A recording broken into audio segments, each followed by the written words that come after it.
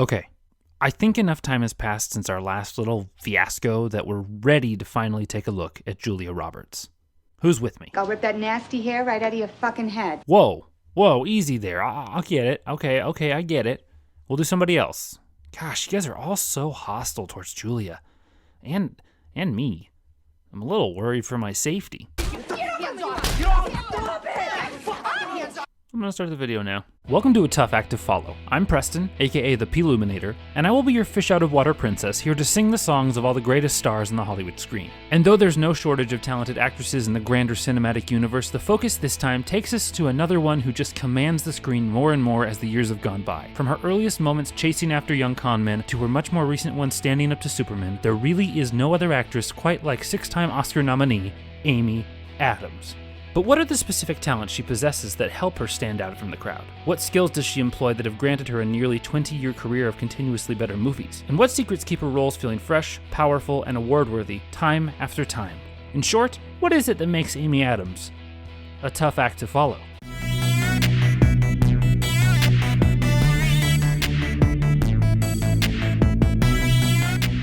Amy Adams has been a constant screen presence since the early 2000s, and while she's always been a talented and capable actress, she began her career playing much smaller and more supporting roles in films and television for half a decade before finally getting her big break. And boy did she make it count. But none of that would have mattered if Amy didn't know how to take control of the screen and hold our attention right from the start. And that's something that Amy is so capable of doing. Even in her earliest and smallest roles, she has an absolute ability to grab a hold of our eyes and make us take notice of her.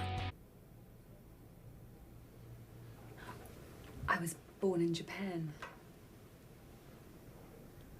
You were not. My father was in the diplomatic service, and then we moved to Africa, and then to Washington, D.C. for a short while, then back to Africa, and then to Chicago. Wow. But it's not even just charm. Amy has a fully developed sense of who each of her characters are. Humans don't live their lives on a hair trigger. Often to get from one emotion to another, it takes some sort of a journey. Think about when you're having a good day and you get some devastating news. Even if that turn is sharp, you still have to process the series of feelings that feel fully genuine. This is where Amy lives. The emotional journeys that she goes on are absolutely flawless. And because of this, she's able to have these really big emotional moments in ways that never seem beyond the realm of reality. You just wouldn't?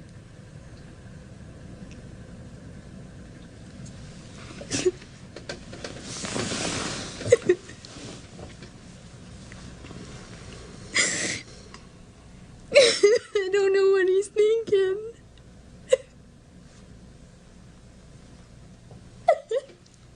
It's not my fault. Of course.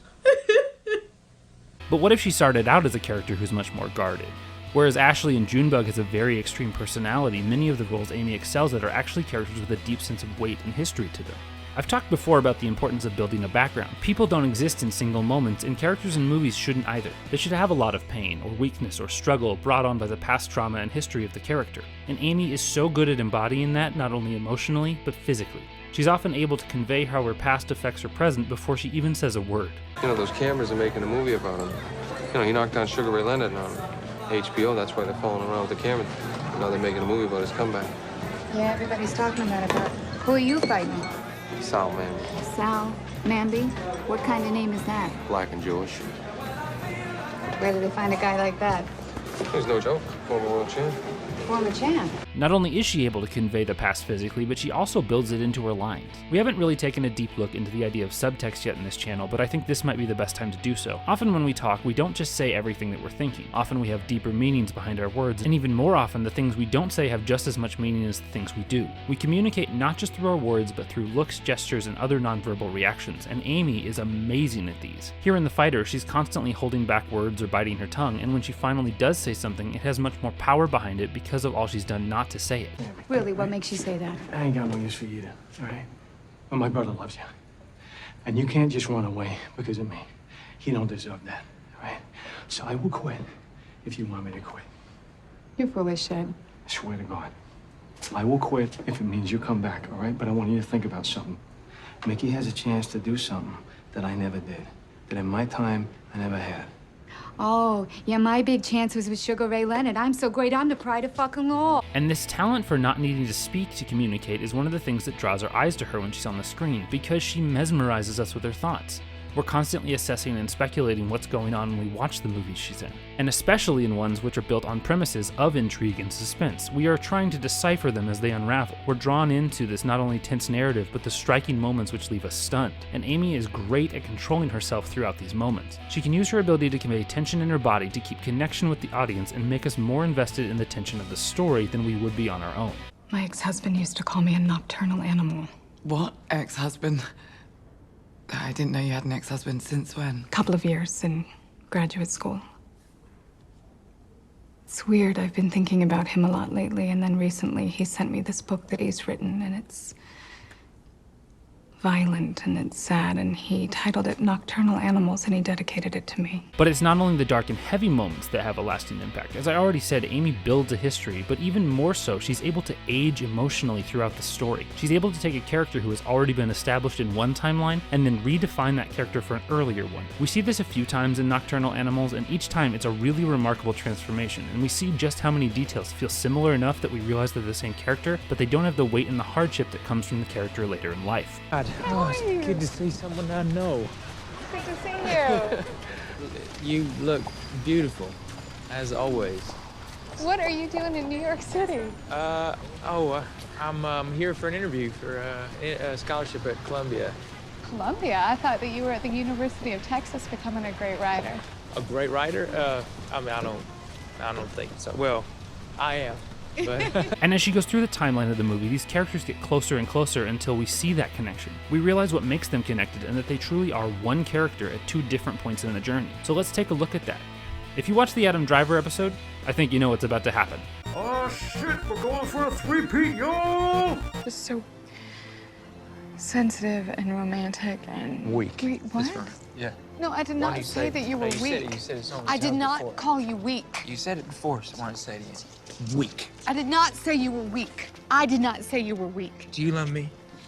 That's not the point. No, that is the point. No, it is not. That is the point. That is not the You didn't point. answer me.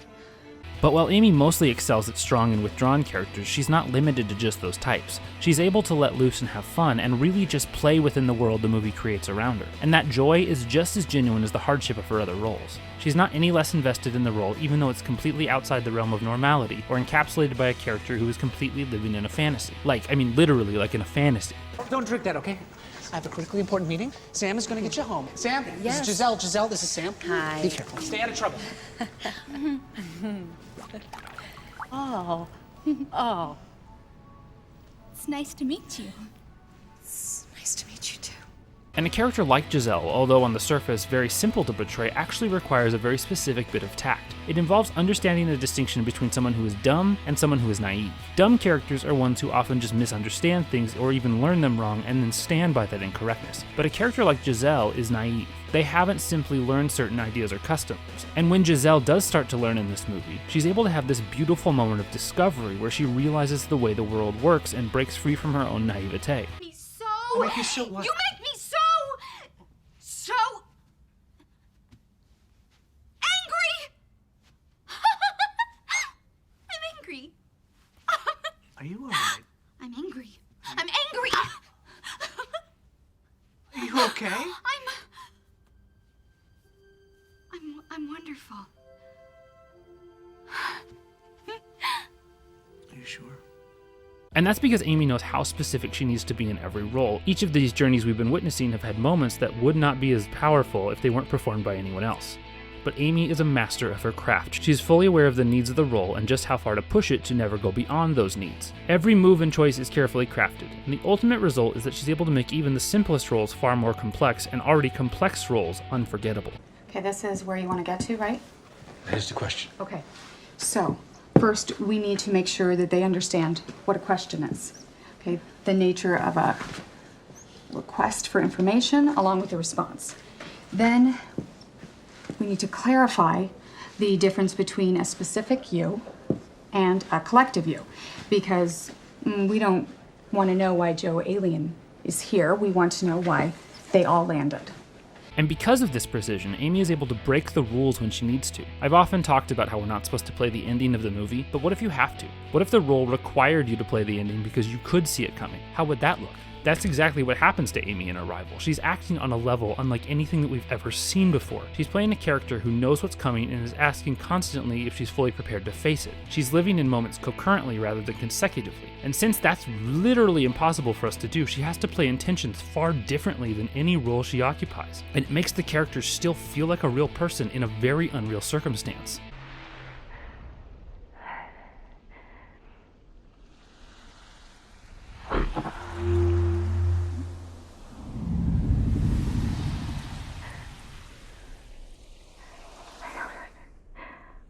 I don't understand. What is your purpose here?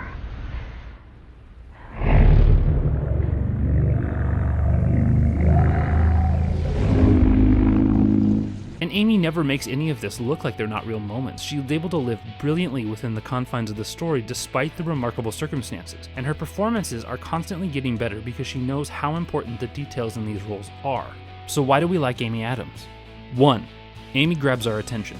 Amy's ability to make remarkably complex characters simplified allows her to take control of the screen. She's often the person that we grab onto when we're watching something that she's in. And when she has our attention, she knows how to keep hold of that focus and never lose it. 2. Amy communicates non-verbally. Amy's understanding of subtext allows her to say more with her expressions and gestures at times than she does with her words. Not only that, but her eyes often tell her intentions even more distinctly than her line choices. Her commitment to choosing her actions beyond just her speech makes her character more complex and therefore more interesting. 3. Amy ages. Amy can play a character at different stages of life and continue to add constant weight to the character as they age over the course of the movie. Not only does this appear natural, but she makes habitual character choices based on the character's past and present that show how the environment she's living in has affected her. 4. Amy is distinct. Amy's ability to make clear and specific choices in her intentions and tactics allows her to make the characters complete, rather than just generic. By adding distinct complexity to each choice she makes, she's able to make the characters more realistically human and as a result, more believably real. 5. Amy layers her performances. Within each thought and action, there are dozens of other choices she's considering and then not making. And her ability to convey this internal struggle externally allows the roles to flourish and adds a far more interesting dynamic both within Amy herself but also between Amy and the audience. So you now see what I see, and as I predicted, you believe that Amy Adams is a next level talent. But where do we see those talents really come to life? Well, I've got just what you're looking for, so come along with me to see them. These are my 5 essential Amy Adams performances. 1. Junebug. Amy's by far the most interesting and fun character in this indie dramedy, and her ability to jump from naively optimistic to crushed by the reality of her circumstances makes her work far more interesting and real than it could have been by anyone else. 2. The Fighter. Amy's work in this biopic can sometimes get overshadowed by the flashier performances of her co-stars, but her work is really just as consistent as if she were the lead. And the real and fully developed choices that she makes ensure that she stands out when she needs to without dominating the movie or being unbelievable. 3. Nocturnal Animals. Amy plays a character at 2 very different stages of life and connects those stages in a way that we believe they're the same person. We see her age from a young, ambitious woman to a cold and closed-off one. And much of that aging process comes from her physical choices rather than how she delivers her lines. 4. Enchanted. Amy's become known for playing harder, more closed-off characters, so to watch her play one who lives in this world of naive optimism is refreshing. Just as much, watching her grow and evolve over the course of the story is a wonderful progression, and the commentary on contemporary Disney-style fairy tales and remarkable supporting cast make this movie a fun watch from start to finish. 5. Arrival. Amy is on a whole other level in this movie, and the entire thing is carried by her performance. Watching her show her full commitment to the character while living in a reality that is unfamiliar to our human understanding makes the work far more complexly interesting, and having seen this one multiple times, it's a whole different movie when you already know the ending. And that is why Amy Adams is a tough act to follow. Thank you all for watching this video. What are the best roles in your opinion? Were there any that you think I forgot? If you want to know a different specific actor's bag of tricks, comment below and I'll do what I can to bring those secrets to life. And if you like this video, please feel free to give it a like. Otherwise, I may have to burst into the song in the next episode, and nobody wants that. And if you think people would love to see this video, feel free to share it. I would love to make sure everyone gets a chance to see it. And if you are a tough act to follow diehard, head over to my Patreon page and help me out. You may even get some cool bonuses like early episodes and a video shoutout like these people.